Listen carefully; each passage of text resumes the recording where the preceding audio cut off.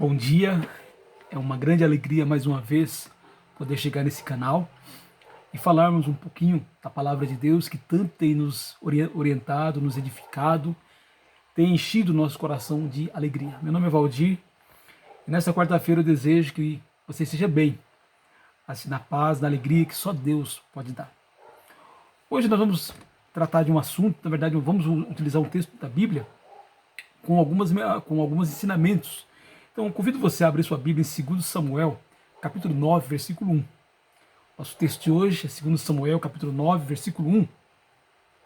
E esse texto, eu tenho feito uma leitura da Bíblia inteira já há algum tempo.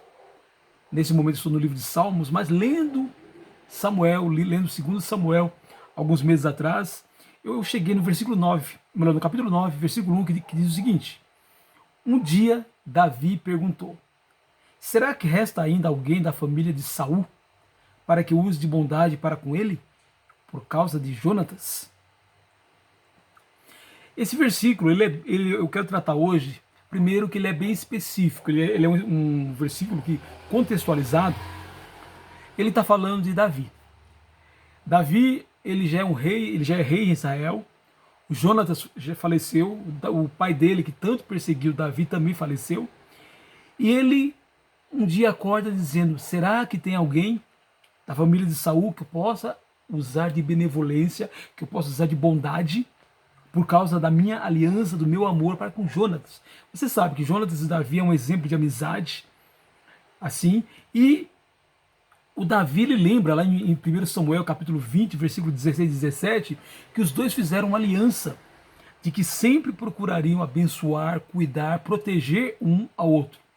E nós vemos, né, nessa atitude de Davi uma demonstração de fidelidade para com seu amigo Jonatas. Por quê? É fidelidade porque Jonatas, quando Davi mais precisava, estava fugindo do pai de Jonatas, o Saul. O Jonatas o protegeu, cuidou dele, inclusive até permitiu que ele fugisse.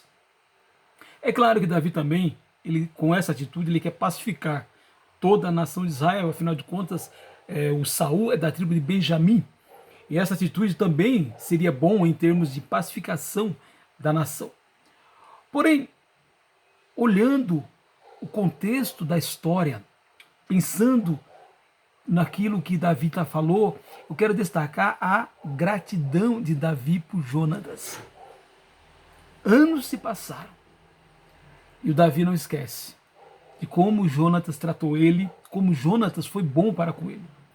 Se há algo admirável numa pessoa, é a gratidão. É reconhecer quando alguém estendeu a mão, especialmente no momento em que mais precisamos. Davi era perseguido implacavelmente por Saul alguns anos antes. E Jonatas arriscou a sua própria vida, arriscou inclusive o relacionamento com o próprio pai, porque Jonatas sabia que Davi era inocente das acusações que Saul tentava assim colocar sobre Davi. Então, eu quero destacar isso, a gratidão. Como Davi, eu tenho na minha mente pessoas que me ajudaram e eu lembro de algumas que me ajudaram em momentos tão difíceis. E eu sempre que eu lembro dessas pessoas, eu lembro com carinho. São pessoas que às vezes já passaram, algumas delas até já faleceram, mas sempre que eu assim lembro, sempre que eu penso nessas pessoas, eu penso com carinho. Por quê? Quando a gente está passando por um momento difícil, como é importante, né? Nós temos pessoas, temos alguém que estende assim as mãos para nós. Eu vou citar pessoas que já faleceram para não ser injusto com muitos que têm me abençoado ainda hoje. Eu lembro de alguém como Davi Meadows. Ele foi presbítero na igreja do centro de Guarulhos.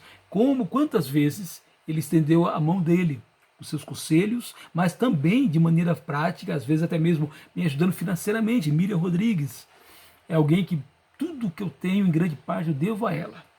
Assim, quando bem jovem, estava ainda para entrar na faculdade, a maneira como ela me ajudou para que eu conseguisse superar aqueles momentos.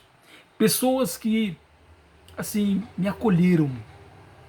E eu lembro, toda vez que eu lembro dessas pessoas, eu lembro com carinho. E Por isso, como Davi fez com Jonatas, eu sempre faço questão de destacar, porque a ingratidão é algo terrível. Claro que a gente deve fazer as coisas sem esperar, assim, uma recompensa. Mas nós somos seres humanos. E quando alguém chega reconhecendo algo que nós fizemos, isso enche o nosso coração de alegria. E como é triste muitas vezes a gente investir em pessoas e às vezes não é nem questão de reconhecimento, é questão mesmo da pessoa não, sabe, muitas vezes desdenhar e não reconhecer o sacrifício assim que foi feito. Agora, eu quero tirar um pouquinho esse texto do contexto que ele foi escrito, pensando na gratidão de Davi para com Jonas. Eu quero até, inclusive, repetir esse texto. Existe alguém por quem eu possa usar de bondade? Acredito que todo filho de Deus, nascido de novo, que tem um novo coração, é uma pessoa que deseja abençoar o seu próximo. E sempre ele está buscando oportunidades de ajudar. O seguidor de Jesus não é centrado em si. Ele não olha só para si, para suas necessidades, para os seus problemas, mas tem um olhar de compaixão para as pessoas ao seu redor e sempre que vê alguém necessitado, o discípulo de Jesus, como o seu Senhor, está sempre disposto a usar de bondade com essa pessoa. Uma pessoa convertida a Jesus leva muito a sério o segundo maior mandamento, que é amar, assim, a Deus. O primeiro mandamento, amar a Deus acima de tudo, mas o segundo mandamento, amar o próximo como a nós mesmos. Ou o mandamento que todo discípulo tem de Jesus, que é amar os irmãos como Jesus nos amou, dando a sua vida por nós.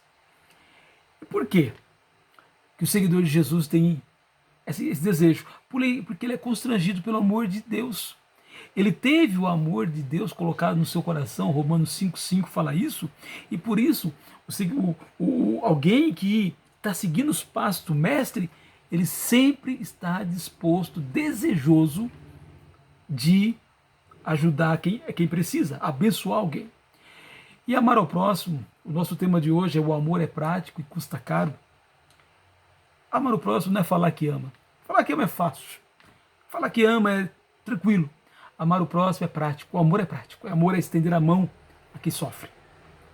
É suprir a necessidade de quem está, às vezes, passando fome. É ter um ouvido para quem está ansioso, angustiado por algum problema que está vivendo na vida. É, sim, tirar, assim, colocar a mão no bolso e, dentro da nossa possibilidade, claro, ajudar quem precisa. No portal da igreja, aliás, tem um artigo que eu escrevi sobre a ideia de nós dividirmos a renda. Então, nesses tempos de pandemia, por exemplo, em que tem tanta gente perdendo emprego, quem está empregado, se é um discípulo de Jesus, não é centrado em apenas as suas necessidades, em ter o seu armário cheio, ou assim, ou a sua geladeira, mas pensa também no outro, naquele que está passando por necessidade, inclusive busca oportunidades de ajudar. Hoje em dia fala-se muito de amor. As músicas são recheadas de menções de amor, de amar, mas o amor verdadeiro é demonstrado na prática e ele custa caro. Talvez um dos maiores exemplos de amor, não o maior exemplo, mas um dos maiores exemplos de amor está em Lucas capítulo 10, versículo 25 a 37, que é a história do bom samaritano.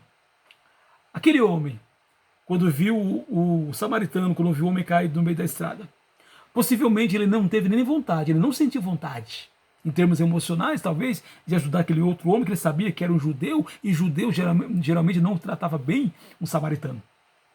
Mas aquele homem, a Bíblia fala que Jesus nos conta, que ele foi movido por compaixão, e por isso ele cuida do homem, os seus ferimentos, coloca o homem no seu próprio animal, leva para uma hospedaria, cuida do homem. Esse homem, esse samaritano, ele deixou todas as suas coisas, todos os seus compromissos, e ele passou uma noite cuidando daquele homem. No dia seguinte, ele tinha a viagem dele e ele pagou as despesas e ainda disse, olha, cuide dele, para o dono da hospedaria.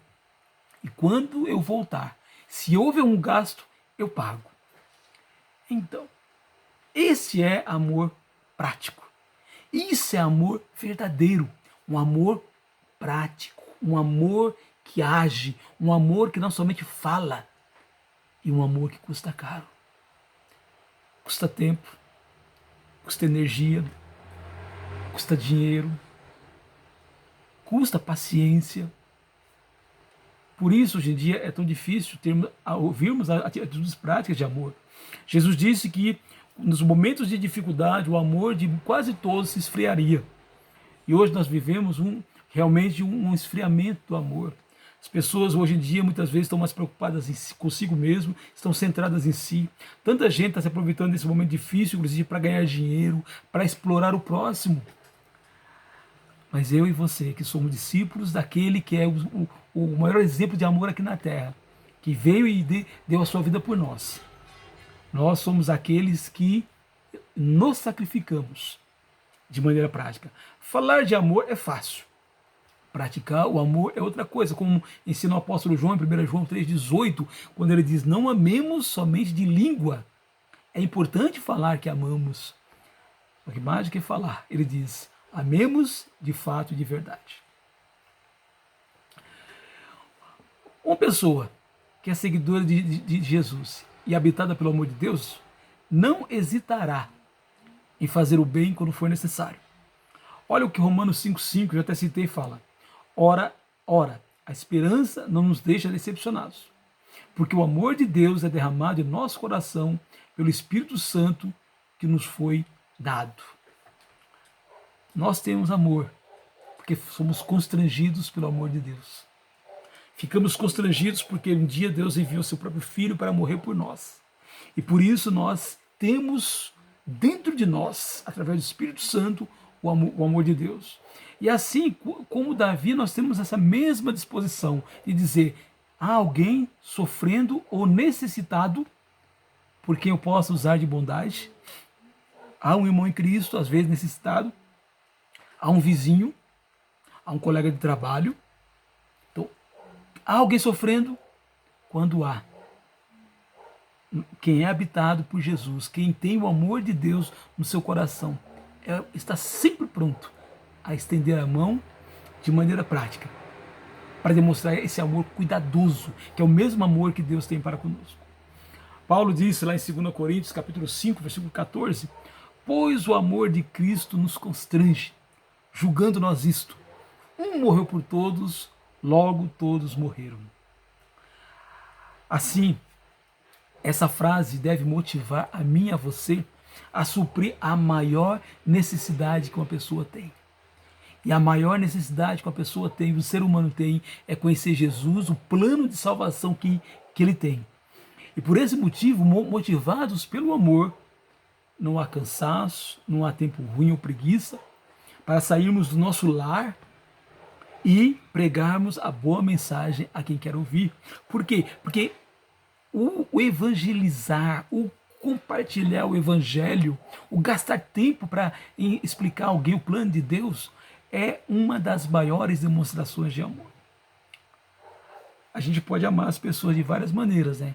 Podemos dar um prato de comida, podemos dar uma cesta básica, podemos fazer uma compra, podemos ouvir, podemos assim suprir uma necessidade momentânea, mas quando nós mostramos Jesus para uma pessoa, o seu evangelho, o evangelho de Jesus e o plano de salvação que Jesus nos trouxe, olha, a gente faz pela pessoa algo que vai ter reflexos na vida inteira dessa pessoa. É o maior exemplo de amor que uma pessoa pode assim demonstrar para com outra. Que nesta quarta-feira Deus nos abençoe mais e mais. Como Jesus nos amou até o fim. João 13:1 diz que ele amou seus apóstolos até o fim. Mesmo que tenhamos que pagar o preço para isso.